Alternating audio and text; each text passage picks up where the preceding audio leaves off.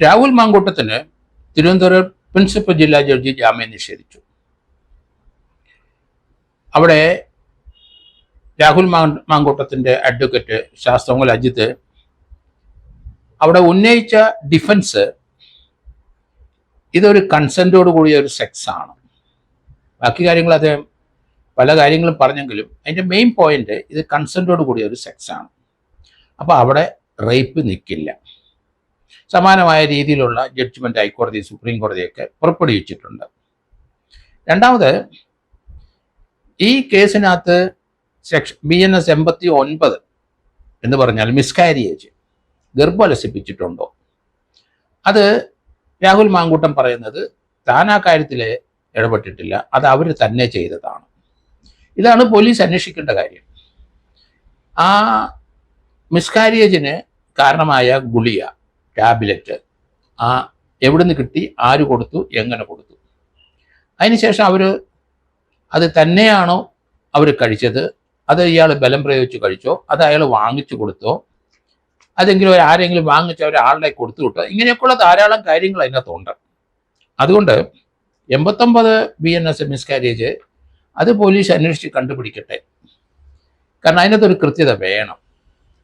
അതേസമയത്ത് സെക്ഷലായിട്ടുള്ള കാര്യങ്ങൾ, റേപ്പ് നിലനിൽക്കില്ല എന്ന് തന്നെയാണ് ഞാനും കരുതുന്നത്. എന്തായാലും 2 ദിവസമായിട്ട് വാദപ്രതിവാദങ്ങളെല്ലാം തിരുവനന്തപുരം പ്രിൻസിപ്പൽ ജില്ലാ ജഡ്ജിയിൽ അവിടെ നടന്നു. ജാമ്യം കിട്ടുമെന്നും കിട്ടാൻ സാധ്യതയുണ്ടെന്നൊക്കെ ഉള്ള വാദഗതികളുമൊക്കെ വന്നു. എങ്കിലും പൊതുവെ അതിനകത്ത് ചാനലുകളെല്ലാവരും ആ പെൺകുട്ടിയുടെ ഒപ്പം നിന്നു. അതുപോലെ കോൺഗ്രസ് പാർട്ടി ഇന്ന് അദ്ദേഹത്തിനെ പാർട്ടിയിൽ നിന്ന് സസ്പെൻഡ് ചെയ്തു. എന്തായാലും രാഹുൽ മാങ്കൂട്ടത്തിൻ്റെ ആ നിലപാട്, ഇപ്പോഴത്തെ നിലപാട് അത്ര സുരക്ഷിതമല്ല എന്നെനിക്ക് തോന്നുന്നു. കാരണം അദ്ദേഹം നാളെ തന്നെ കേരള ഹൈക്കോടതിയിലേക്ക് പോകും. ഹൈക്കോടതിയിലെ നിരവധി ഓർഡറുകൾ ഈ ലോവർ കോടതിയിലെ പ്രിൻസിപ്പൽ ജില്ലാ കോടതിയിലെ ശാസ്ത്രമംഗൽ അജിത് അവിടെ കോടതിയുടെ ശ്രദ്ധയിൽ കൊണ്ടുവന്നിരുന്നു. കേസ് റേപ്പ് നിലനിൽക്കില്ല എന്ന് ഒരു അദ്ദേഹത്തിൻ്റെ വാദഗതികൾ കോടതി അംഗീകരിച്ച പോലെയൊക്കെ തോന്നിയെങ്കിലും പിന്നീട് രണ്ടാമതൊരു FIR കൂടെ വന്നു കഴിഞ്ഞപ്പോൾ അതിൻ്റെ കോടതിക്ക് ആ കാര്യം കൂടെ പരിഗണിക്കേണ്ടി വന്നു എന്ന് പറയേണ്ടിയിരിക്കുന്നു. രണ്ടാമത്തെ FIR-നകത്ത് വാദിയുടെ അഡ്രസ്സൊന്നും ഇതുവരെ കണ്ടെത്തിയിട്ടില്ല, എങ്കിലും ഒരു FIR എടുത്തിരിക്കുന്നു. അങ്ങനെ അവർ ഒരു മെസ്സേജ് KPCC പ്രസിഡന്റ് അയച്ചു.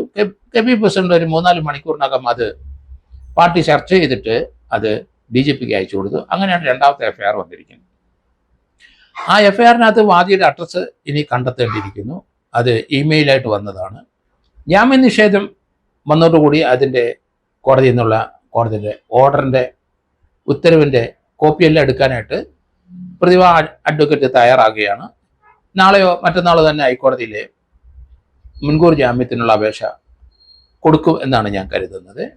അതോടൊപ്പം തന്നെ രാഹുൽ മാങ്കൂട്ടം തൽക്കാലം സറണ്ടർ ചെയ്യില്ല എന്നാണ് എൻ്റെ ഒരു നിഗമനം.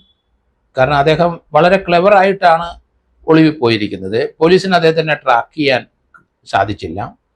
കാരണം രാഹുൽ മാങ്കൂട്ടത്തിന് നേരത്തെ ഒരു കേസിനകത്ത് റിമാൻഡ് ചെയ്ത് ജയിലിലൊക്കെ കിടന്ന അനുഭവമുണ്ട്. അദ്ദേഹത്തിനെ നല്ല ഒരു ബുദ്ധി ഉള്ള ഒരു ആളാണെങ്കിലും അദ്ദേഹത്തിനെ ട്രാക്ക് ചെയ്യാതിരിക്കാനുള്ള തന്ത്രങ്ങൾ അദ്ദേഹം മെനഞ്ഞു എന്നാണ് എനിക്ക് തോന്നുന്നത്. അതുകൊണ്ട് പോലീസ് അദ്ദേഹത്തിനെ ട്രാക്ക് ചെയ്ത് പിടിക്കാൻ സാധിക്കില്ല എന്നെനിക്ക് തോന്നുന്നു തൽക്കാലം. കാരണം അദ്ദേഹത്തിൻ്റെ മൊബൈൽ ഒരു വശത്തൂടെയോ അദ്ദേഹത്തിൻ്റെ സഞ്ചാരം വേറൊരു വശത്തൂടെയാണെന്ന് എനിക്ക് തോന്നുന്നത്. എന്തായാലും അത് ട്രാക്ക് ചെയ്ത് പിടിക്കാൻ സാധ്യത വളരെ കുറവായിട്ടാണ് എനിക്ക് തോന്നുന്നത്. കാരണം കർണാടകയിലും ആന്ധ്രയിലും ഒക്കെ കോൺഗ്രസ് ഭരിക്കുന്ന സ്ഥലങ്ങളിൽ, തമിഴ്നാട്ടിലും അദ്ദേഹത്തിന് പ്രൊട്ടക്ഷൻ കിട്ടാൻ സാധ്യതയുണ്ട്. അതുകൊണ്ട് അദ്ദേഹം ഹൈക്കോടതിയിൽ പോകും. ഹൈക്കോടതിയിൽ പോയിട്ട് ജാമ്യം ലഭിച്ചില്ലെങ്കിൽ പിന്നെ സുപ്രീം കോടതിയിൽ പോകേണ്ട ആവശ്യമുണ്ടോ എന്ന് ചിന്തിക്കേണ്ടിയിരിക്കുന്നു. സറണ്ടർ ചെയ്യുന്നതാണ് മുഖ്യം. അദ്ദേഹം പ്രിൻസിപ്പൽ ജില്ലാ ജഡ്ജിയുടെ മുമ്പിൽ തന്നെ സറണ്ടർ ചെയ്യട്ടെ, പോലീസ് കസ്റ്റഡി പോട്ടെ, അതിനുശേഷം ജാമ്യം പരിഗണിക്കാമല്ലോ.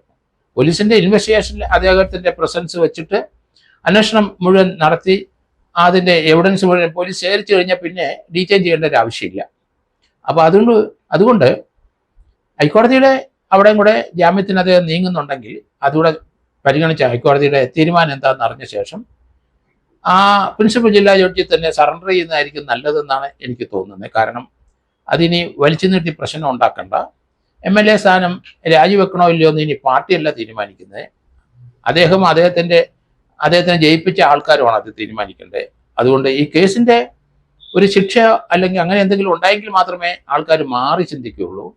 അതുവരെ രാഷ്ട്രീയപരമായിട്ടുള്ള ഒരു ഒരു പ്രതിരോധം തീർക്കും എന്ന് തന്നെയാണ് കരുതുന്നത്. അത് രാഹുൽ മാങ്കൂട്ടത്തിനെ വിക്ടിമൈസ് ചെയ്തെന്നാണ് അദ്ദേഹത്തിനെ പിന്തുണയ്ക്കുന്ന ഒരു വിഭാഗം ആൾക്കാർ പറയുന്നതും അങ്ങനെയൊക്കെ തന്നെ. പിന്തുണയ്ക്ക് ഒരു കുറവുമില്ല. അദ്ദേഹത്തിനെതിരായിട്ടുള്ള ആരോപണം വന്നെങ്കിലും പിന്തുണയ്ക്ക് അതിശക്തമായ പിന്തുണ ഉണ്ട് എന്ന് തന്നെ കരുതുന്നത്. അതുകൊണ്ട് അവിടെ ഇൻഡിപെൻഡൻ്റ് ആയിട്ട് നിന്നാലും അദ്ദേഹത്തിനെ തോൽപ്പിക്കാൻ കഴിയില്ല എന്നാണ് എനിക്ക് തോന്നുന്നത്. കാരണം ഇത് രാഷ്ട്രീയപരമായ ഒരു കേസാണ് എന്നാണ് അദ്ദേഹം. കാരണം കൺസെൻറ്റോടെയുള്ള സെക്സ് ഇന്ത്യയിൽ ഇപ്പം അതൊരു കുറ്റകരമായ കാര്യമല്ല എന്ന് നമുക്കെല്ലാവർക്കും അറിയാം. അതുകൊണ്ട് ഈ ഹൈക്കോടതിയിലെ മൂവ്മെന്റ് അറിഞ്ഞ ശേഷമായിരിക്കണം അദ്ദേഹം ജാമ്യം ലഭിച്ചില്ലെങ്കിൽ സറണ്ടർ ചെയ്ത്. അതേസമയത്ത് രണ്ടാമത്തെ കേസിന്റെ അന്വേഷണം പോലീസ് മുന്നോട്ട് കൊണ്ടുപോകും. അതിനകത്ത് എവിഡൻസ് വല്ലതും ഉണ്ടോ എന്താണെന്ന് നോക്കണം.